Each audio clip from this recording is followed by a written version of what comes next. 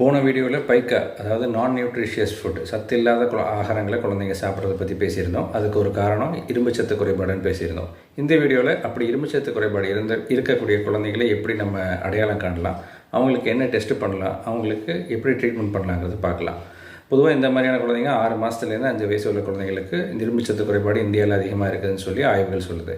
இந்த இரும்புச்சத்து குறைபாடுனால குழந்தையுடைய புத்தி கூர்மை கம்மியாகும் அப்படிங்கிறதும் எவிடெண்ட்டாக இருக்குது. இப்படிப்பட்ட குழந்தைகள் நம்ம எப்படி கண்டுபிடிக்கலாம் அப்படின்னா, எப்பயும் சோர்வாக இருக்கிற மாதிரியும் குழந்தைங்க ரொம்ப விலறி போன மாதிரியும் காமனாக கண்டுபிடிக்கலாம். அது இல்லாமல் சில டெஸ்ட்டுகள் மூலமாகவும் கண்டுபிடிக்கலாம். அதில் ஒன்று ஹீமோக்ளோபின், குழந்தையுடைய ரத்த அளவு எந்த அளவுக்கு இருக்குது, மைல்டு மாடரேட் சிவியர், எந்த அளவுக்கு அந்த ஹீமோக்ளோபின் அளவு கம்மியாக இருக்குங்கிறத பொறுத்து அனிமியாவை நம்ம தரம் பிரிப்போம். மேற்கொண்டு அந்த டெஸ்ட்டுகள்லேயே ஒரு சில பேராமீட்டர்ஸ் உண்டு, எம்சிவி எம்சிஹெச்ன்னு சொல்லிட்டு. இதெல்லாம் பார்த்து உங்களுடைய பொது மருத்துவரோ இல்லை குழந்தைகள் மருத்துவரோ குழந்தைக்கு என்னது இரும்புச்சத்து குறைபாடு மாதிரி தான் இருக்குது அப்படின்னு சொல்லிட்டு கண்டுபிடிக்க முடியும், கன்ஃபார்ம் பண்ண முடியும். ஒரு சில டைமில் அயன் ப்ரொஃபைல் இரும்புச்சத்து டெஸ்ட்டும் பண்ண வேண்டியது அவசியம் இருக்கலாம்.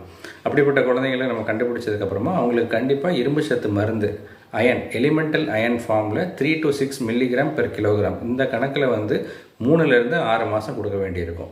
இப்படி கொடுக்கும்போது இரும்புச்சத்து குறைபாடு சரியாகுதாங்கிறத எந்த அளவுக்கு கம்மியாக இருக்குங்கிறத பொறுத்து ஃப்ரீக்வெண்ட்டாக நம்ம டெஸ்ட் எடுத்து பார்க்க வேண்டியிருக்கும். அப்படி சரி பண்ணுறது குழந்தையோட புத்தி கூர்மைக்கு ரொம்ப அவசியமானது. அது நம்ம சரி பண்ணும்போது குழந்தைங்க நல்ல சுறுசுறுப்பாகவும் நல்ல படிப்பில் ஆர்வம் உள்ளவாகவும் வளர்ச்சி சம்மந்தப்பட்ட விஷயங்களில் ரொம்ப டெவலப் ஆகிறதாகவும் அந்த ஸ்டடீஸ் சொல்லுது. தேங்க்யூ.